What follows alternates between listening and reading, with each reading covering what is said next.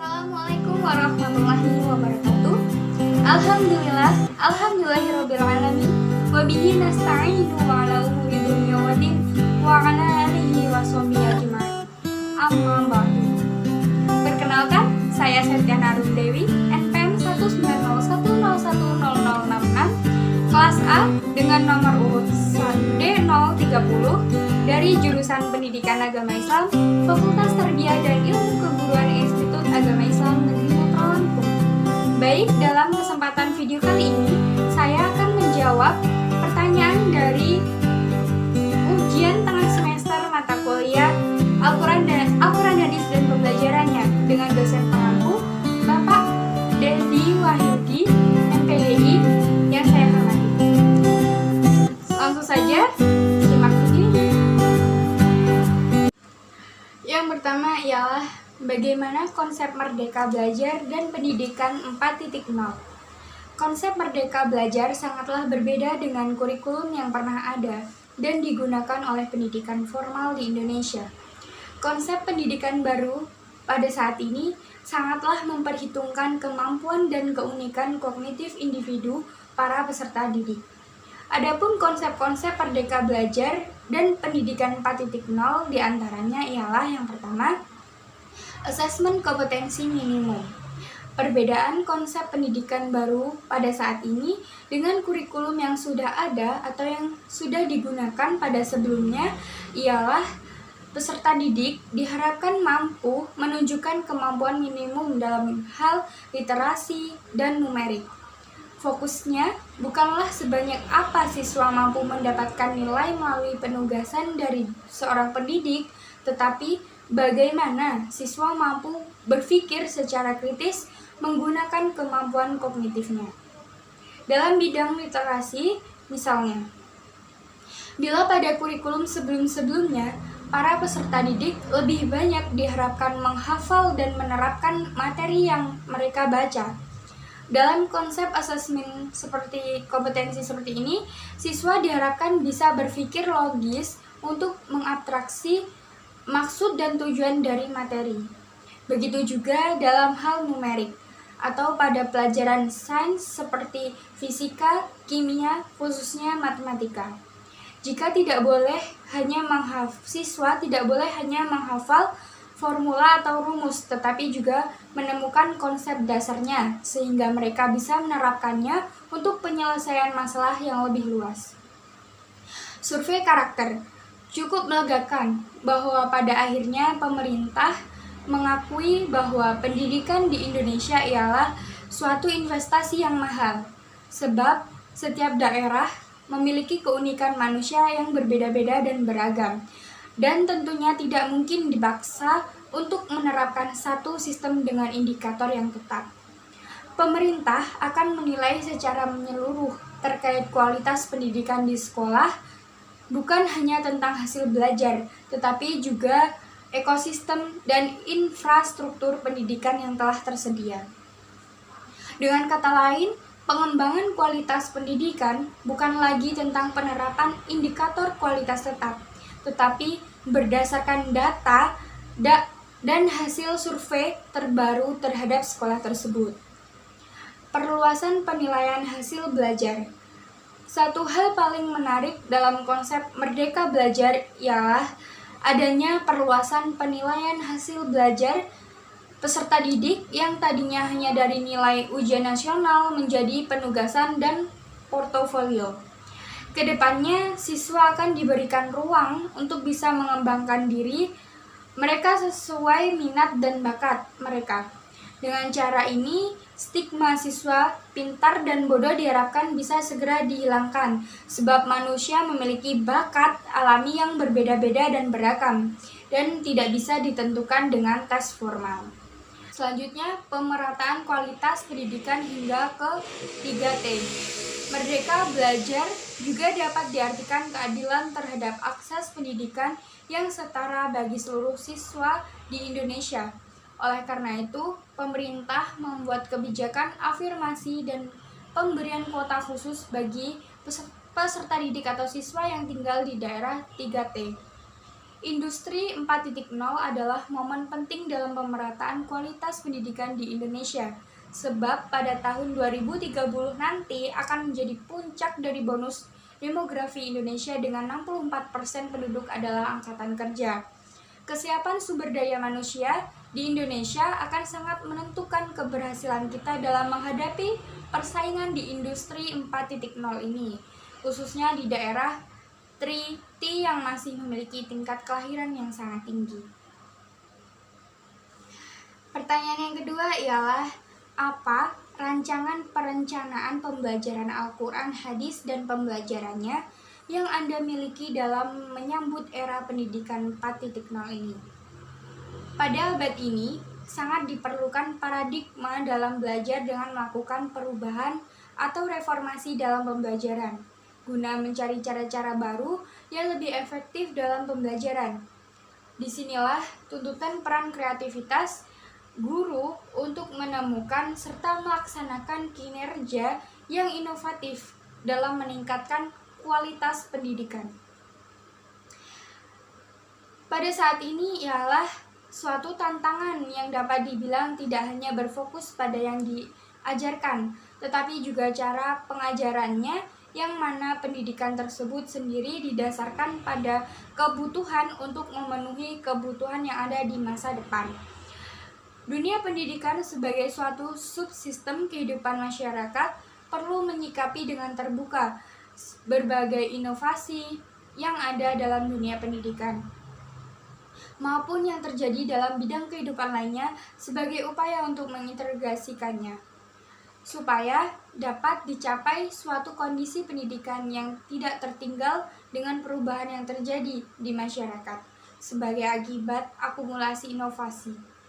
Mengacu pada permasalahan yang telah dikemukakan di atas, kajian pembelajaran inovasi memasuki era pendidikan 4.0 merupakan tuntutan dalam dunia pendidikan yang merupakan suatu keharusan untuk selalu mencermati perubahan-perubahan yang telah terjadi untuk menghadapi industri 4.0. Pertanyaan yang ketiga ialah, bagaimana strategi pembelajaran Al-Quran dan hadis dan pembelajarannya dalam menghadapi tantangan era pendidikan 4.0? Strategi pembelajaran berpengaruh terhadap pola pikir dan apa yang akan dihasilkan oleh peserta didik pada suatu saat nanti. Pemilihan strategi pembelajaran memiliki peranan penting dalam menyiapkan siswa atau peserta didik menghadapi era revolusi industri 4.0. Adapun 5 strategi yang bisa digunakan oleh pendidik dalam pembelajaran Al-Quran dan hadis diantaranya ialah sebagai berikut. Yang pertama, membantu siswa dalam belajar pelajaran Al-Quran dan hadis. Proses pembelajaran yang terjadi ialah bentuk teacher center. Guru sebagai sumber informasi satu-satunya di dalam kelas. Guru menjelaskan pembelajaran siswa, diberikan waktu untuk menyalin catatan di papan tulis. Siswa mengerjakan latihan soal, pembahasan, dan dilanjutkan dengan penilaian. Yang kedua, adanya kesempatan untuk berkembang dan berprestasi. Ukuran keberhasilan seorang peserta didik biasanya dipandang dari angka yang diperoleh. Peringkat di kelas menandakan prestasi yang didapatkan oleh peserta didik tanpa disadari. Manusia diciptakan, Tuhan memiliki kecerdasan yang berbeda-beda. Yang ketiga ialah penguatan pendidikan karakter atau sering disebut sebagai PPK. Pendidikan karakter harus dikembangkan dari sedini mungkin. Penanaman karakter tidaklah mudah dan membutuhkan waktu yang sangat lama. Penguatan pendidikan karakter merupakan suatu kelanjutan dan revitalisasi dari pendidikan karakter dari tahun 2010. PPK dinilai penting dikembangkan di dalam dunia pendidikan. Hal ini dikarenakan bahwa peranan penting seperti ancaman keutuhan dan masa depan bangsa, menghadapi tantangan global, dan membentuk etika pada siswa. Kunci penerapan PPK terletak pada pembiasaan atau habitat dalam sekolah. Guru memiliki peranan besar dalam penanaman pendidikan karakter tersebut. Yang keempat, melek teknologi era revolusi industri 4.0. Menuntut sebagian besar orang memahami akan arti pentingnya teknologi. Teknologi yang ada memberikan banyak pengaruh yang baik dalam kehidupan. Pemanfaatan teknologi yang tepat dalam pembelajaran memberikan tambahan pengetahuan yang baik kepada guru untuk ditransfer kepada peserta didiknya. Sebaiknya guru mampu memanfaatkan fasilitas teknologi seperti dengan pencarian bahan ajar yang lebih menarik sehingga siswa bersemangat mengikuti pembelajaran. Selain untuk pencarian bahan ajar, guru bisa memanfaatkan kecanggihan teknologi tersebut untuk mendukung pembelajaran dengan cara menjadi blogger. Hal ini karena membantu siswa dalam memahami pelajaran yang telah diberikan sebelumnya. Yang kelima, menjadi guru efektif. Guru efektif adalah guru yang selalu berpikir bagaimana cara menjadi lebih baik. Guru efektif bukan hanya mengetahui pelajaran, namun bagaimana guru mampu menyampaikan kepada peserta didik dengan cara yang baik. Dengan cara pikir guru mau menjadi lebih baik, guru akan mencari solusi apabila dalam pembelajaran ilmu yang ditransfer ke peserta didik belum sepenuhnya dapat dimengerti atau dipahami. Pertanyaan yang keempat ialah bagaimana pengembangan media pembelajaran Al-Quran Hadis dan pembelajarannya yang sesuai dengan era pendidikan 4.0? Jadi, pada perkembangan industri 4.0 ini, banyak sekali terjadi perubahan yang sangat signifikan. Salah satu di antaranya yaitu perubahan dalam media pembelajaran. Dalam zaman di era 4.0, media pembelajaran ini lebih banyak menggunakan teknologi, dikarenakan jika menggunakan teknologi lebih irit dan praktis, misalnya dalam hal waktu. Dalam pembelajaran Al-Quran dan Hadis pada era ini, lebih ditekankan pada media pembelajaran berbasis teknologi internet. Selain seorang peserta didik, seorang guru juga harus memahami adanya teknologi agar tidak tertinggal dan dapat mengimbangi era 4.0 pada saat ini. Misalnya siswa belajar dari YouTube atau web yang berkaitan dengan pembelajaran Al-Quran dan Hadis. Di samping itu, guru juga memaparkan sebuah video yang ditayangkan menggunakan proyektor di hadapan siswa, agar siswa lebih memahami, menangkap, dan mengingat materi pelajaran Al-Quran Hadis yang telah diberikan. Di dalam suatu sekolah, sekolah juga bisa menerapkan sebuah sistem learning, yaitu Learning Management System, atau biasa disebut dengan LMS. Di LMS, siswa lebih praktis dalam pembelajarannya dan dapat belajar di mana saja. Mengingat kondisi yang seperti ini, yang diharuskan siswa untuk melakukan pembelajaran secara daring. LMS lah yang tepat dalam melakukan sebuah pembelajaran. Siswa juga diharapkan bisa menggunakan LMS karena LMS ini sangat berguna untuk pembelajaran secara online. LMS atau learning dapat diakses dimanapun, salah satunya di rumah masing-masing para peserta didik. Siswa hanya membuka laptop, HP yang dimilikinya untuk membuka akses learning yang sudah dibagikan oleh gurunya. Maka dari itu menggunakan strategi teknologi berbasis internet lah yang dapat mengimbangi era 4.0 pada saat ini mengingat akan adanya pandemi COVID-19 di Indonesia. Pertanyaan yang terakhir ialah, apa pendapat Anda yang tentunya didukung dari berbagai teori yang kuat terkait evaluasi pembelajaran Al-Quran, Hadis, dan pembelajarannya dalam suasana yang berdampingan dengan pandemi COVID-19? Mengingat kondisi seperti saat ini, yaitu kita sedang dilanda sebuah wabah atau penyakit, yaitu COVID-19.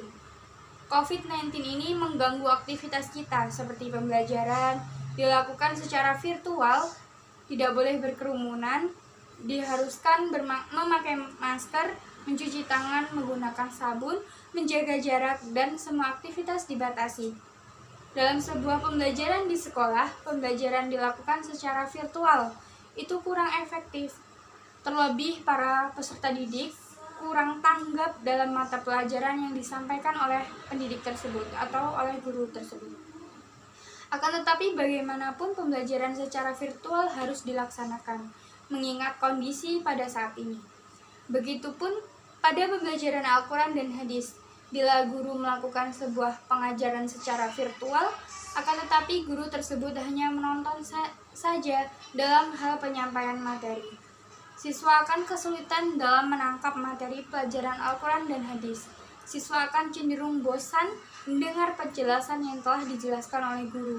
Oleh karena itu, guru harus bisa menstrategikan bagaimana dalam pembelajaran Al-Quran dan hadis itu tidak bosan dan mudah ditangkap materinya oleh peserta didik. Misalnya, guru memberikan materi Al-Quran hadis dengan tema hadis, maka guru harus bisa menerapkan videonya berkaitan dengan hadis tersebut. Guru memberikan sebuah video YouTube kepada para siswa agar para siswa lebih memahami dari video YouTube tersebut. Intinya, pada pembelajaran secara virtual seperti saat ini harus disiasati dengan berbagai macam strategi agar pembelajaran yang dilakukan menyenangkan dan tentunya tidak membosankan.